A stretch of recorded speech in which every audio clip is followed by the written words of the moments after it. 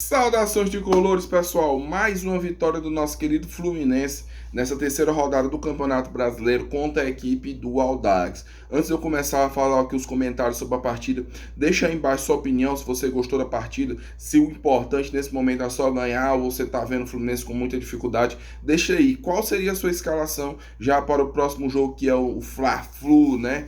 Então vamos lá, o Fluminense fez uma partida onde começou querendo assumir o controle do jogo, até teve esse controle, e com essa formação de três zagueiros, que parece que vai ser a formação padrão do Abel Braga, ele que prometeu bastante variações, mas ele vem com a segunda equipe de reserva com a mesma formação, então começa a se desenhar uma formação tática com os três zagueiros. Mas o que eu queria começar chamando a atenção, antes mesmo até de falar sobre o jogo, é como o torcedor do Fluminense realmente perdeu a paciência com o técnico, né? Ou o técnico vem e coloca esse time para jogar, ou acabou a paciência. O torcedor do Fluminense literalmente acordou e quer ver o Fluminense campeão e jogando bola. Não quer ver mais o Fluminense com essa dificuldade contra esses times no Campeonato Carioca. O Fluminense só tem dificuldade simplesmente contra todas as equipes pequenas do Campeonato Carioca.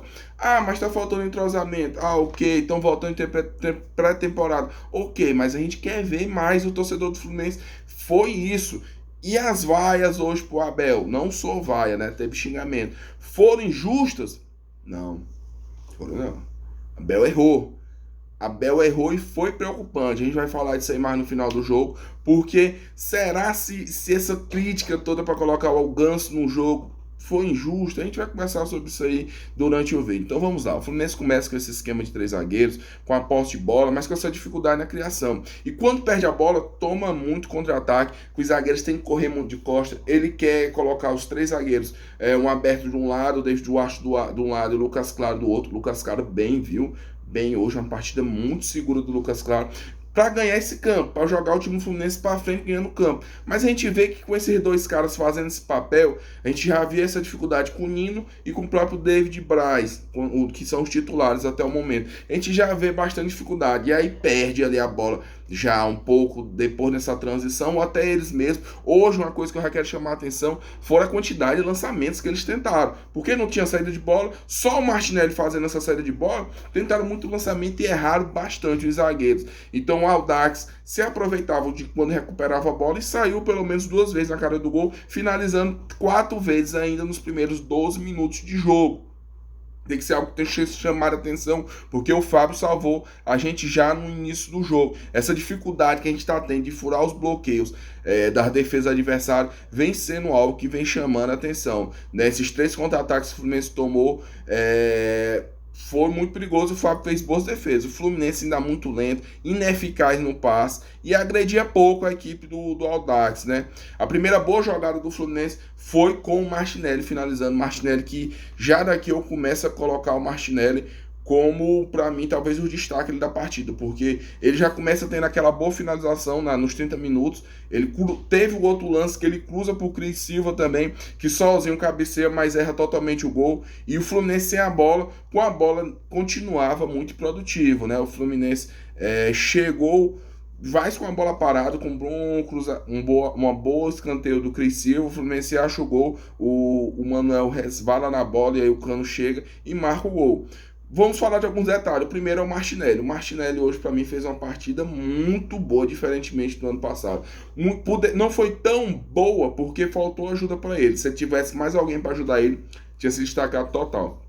Ele teve no primeiro tempo atuando com o Iago, que foi apagadíssimo, até perde um bom gol, uma oportunidade boa de gol, dando aquele chute de 3 dedos, ainda já no segundo tempo. Mas ele fez tudo sozinho. Ele fazia a saída de bola, né, na frente dos zagueiros, e ele que tinha que chegar até a frente. Ele armava, rodou muito bem bosta de bola, fez uma função que o Arias, né, que começou o jogo, deveria fazer. Apesar de se movimentar bem, o Arias ficou muito apagado no jogo, se movimentou bastante, até teve uma boa oportunidade no segundo tempo, demora para finalizar, mas essa função mesmo, quem fez de criação, ainda sendo que estava sobrecarregado, porque tinha que fazer a função ali do primeiro volante. Então o Martinelli, para mim, foi um dos destaques. Tentou 2 bons chutes, acabou, se eu não me engano, no terceiro finalizando para cima, e fez um ótimo cruzamento por Cris Silva, que eu acabei falando já, né? Então o Martinelli, para mim, hoje, talvez se a gente tivesse um outro meio de campo de destaque, jogador para chamar atenção. Porque nesse esquema de 3 zagueiros, esse primeiro volante tem que ser um cara que chega ali na frente e tudo. Vamos ficar de olho. Uma partida interessante do Martinelli, que eu particularmente gosto muito. O próprio outro destaque também, eu já falei, foi o Lucas Claro. Então, após o gol, o Fluminense começa a ficar mais leve, né? O Fluminense começa a ficar mais leve, apesar de ainda ter muita dificuldade na criação. Vem o segundo tempo e o Audax também, com esse placar adverso, começa a sair mais pro jogo. Então o Fluminense começou a ter mais espaço, errava ainda era muito precária a criação, mas no contra-ataque ali com o Luiz Henrique, eu até já falei, o John Arias, ele deixa o John Arias na cara do gol, que demora para finalizar, e aí depois vem um lance, né, do Cano, que o Cano dá uma linda bola pro Iago, que sai na cara do gol e finaliza de 3 dedos para fora, totalmente torto, porque era a finalização de pé de esquerda, ou então de bico. Iago também muito apagado, não iniciou essa temporada muito bem, ele que é muito pulmão, e ele está sendo colocado nessa função de meio campo, está com muita dificuldade para fazer a criação. O segundo tempo do Fluminense dá uma melhorada, o Fluminense se impõe melhor no campo na questão do ataque, mas segue finalizando um pouco ao gol. O Abel mexe, e aí começa a crítica ao Abel, porque ele mexe mal, né? Ele enche o time de atacantes, já na primeira mexida, tirando o Iago, que na teoria era o meio campo, mas é mais o volante, a gente nem entende muito bem qual é a função do Iago, estão tentando encaixar ele de qualquer forma, e já colocando o William Bigode, ou seja, o Fluminense na teoria fica com 4 atacantes, mas ele tenta descer um pouco o Arias para armar o jogo, e aí ele acaba sendo forçado. O Arias também, que nessa armação, como eu já falei, vai bem na movimentação, mas pouco incisivo, então pouco acrescentou no jogo hoje. E aí ele é forçado a tirar o David Duarte, e quando a gente pensa que ele poderia ganhar mais o meio campo, colocando no meio de campo, até o próprio Nonato, que eu não percebi nem se estava no banco, para lhe falar a verdade, para sabe, melhorar a saída de bola, já tinha os dois, já tinha o Manuel e o Lucas Claro estavam bem, poderia ter mudado essa forma de jogar, ele não, ele mantém os 3 zagueiros e coloca o Nino.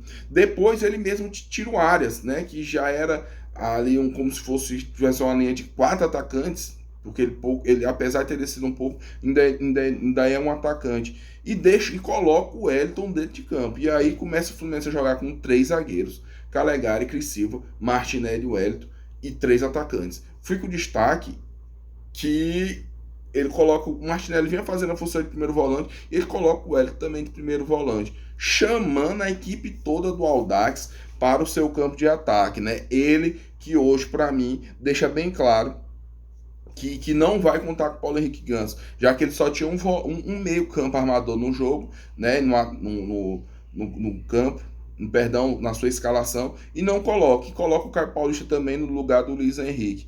Então ele hoje deu o sinal e deu o recado que não utilizará Ganso, e olha que eu nem sou um fã do Ganso, mas você tem uma partida contra a equipe do Audax, né, e você só tem um armador dentro de campo, poderia controlar a posse de bola, e ele prefere chamar a equipe do Audax e colocar o Wellington dentro de campo, é um sinal de que ele não conta com o Ganso.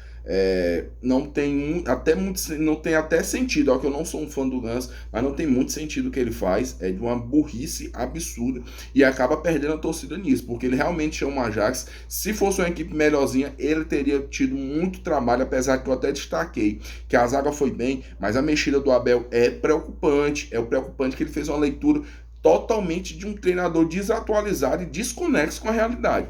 Isso aí tem que ser dito. Que é para lá na frente, se der errado, não dizer, tá sendo engenheiro de obra pronta. Não. Ele hoje fez a mexida e mostrou que tá bem desconecto do que acontece na partida. Chega os 34 minutos, o Canos fez quase um gol, um bom cruzamento do Cris Silva, ele chega dando uma espécie de voleio, se jogando na bola, e nos 36 também, depois de um passe do próprio Cris Silva, ele gira rápido em cima do zagueiro, usando o corpo, e dá uma bela finalização.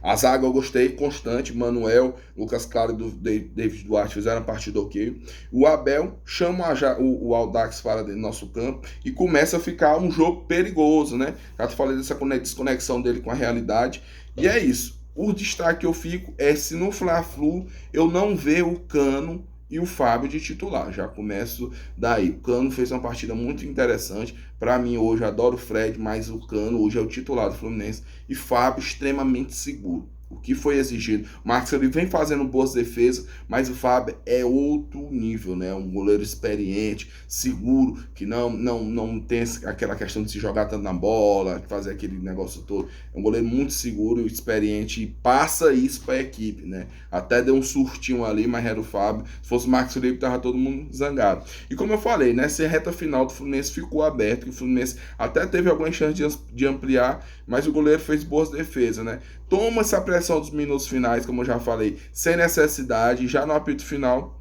o Fluminense comemora já essa sua segunda vitória e terá pela frente o Fla-Flu no Nito Santos pela quarta rodada. Eu, como falei, tem um destaque da partida, para mim, Martinelli e Cano foram bem, o próprio Cris Silva me parece ser um jogador ainda bem meia-boca, mas fez o cruzamento do gol e tem um bom cruzamento pro Cano. Vamos prestar atenção se ele não é esse cara que bate bem na bola e tudo, mas ainda me parece bem meia-boca. Lucas, claro, também faz uma partida ok não, boa de verdade, ali pelo lado esquerdo, até melhor do que o David Braz vem fazendo. E o Fábio bastante seguro. O Luiz Henrique, a gente precisa conversar com ele, porque ele é o cara do Fluminense para essa temporada e nós vamos precisar bem mais dele, tá? Acho que a gente não pode ter ele oscilando tanto, senão a nossa temporada vai por água abaixo, de verdade. A gente precisa muito do Luiz Henrique. O William ainda não mostrou ao que veio, entrou ali no segundo tempo, teve uma boa finalização, mas demora para finalizar. Caio Paulista, ainda mal, mas já dá uns sinais que talvez possa melhorar durante a temporada. O Arias hoje movimenta bem, mas pouco incisivo. Iago começa a temporada muito abaixo, principalmente tecnicamente. Eu acho que está sendo exigido até demais nessa função de meio campo. Vamos ficar de olho. O Wellington entra já no final do jogo, é aquele jogador que se esconde, nem faz saída de bola e na marcação ele nem tá quando a equipe está atacando. Martinelli já disse ok.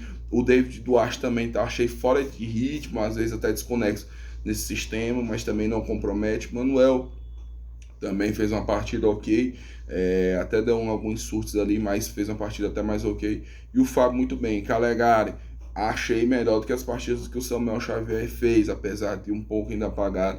Ainda precisa melhorar essa questão ofensiva, mas já achei melhor do que o próprio Samuel Xavier. Pineda a gente viu pouco. E é isso, pessoal. O Fluminense tem a sua segunda vitória no Campeonato Brasileiro, mas é para abrir o olho, pessoal. Vamos abrir o olho. Acho que a gente tem que comemorar a vitória sim, tem que agradecer pelas vitórias sim, mas a gente tem que estar atento ao que está acontecendo, né? Tem que estar, sabe, vigilante, porque lá na frente isso vai refletir em alguma coisa. A gente sempre colhe o que planta. E o Abel Braga tá colhendo alguma coisa, essa sementinha. Nesse primeiro momento, ok, ainda dá pra gente ver mais uma coisa, mas qualquer no primeiro sinal, cara, já tem que ficar de olho aberto, porque a gente vai colher lá na frente, talvez não seja algo bom. Então vamos ficar de olho, comemorar a vitória, ok, mas tem muitos pontos que o Fluminense ainda precisa mostrar pra gente. Tá tendo dificuldade contra todas as equipes pequenas. Tô feliz pela vitória. Eu acho que independente de análise, a gente é tricolor e fica feliz quando o Fluminense vence. Mas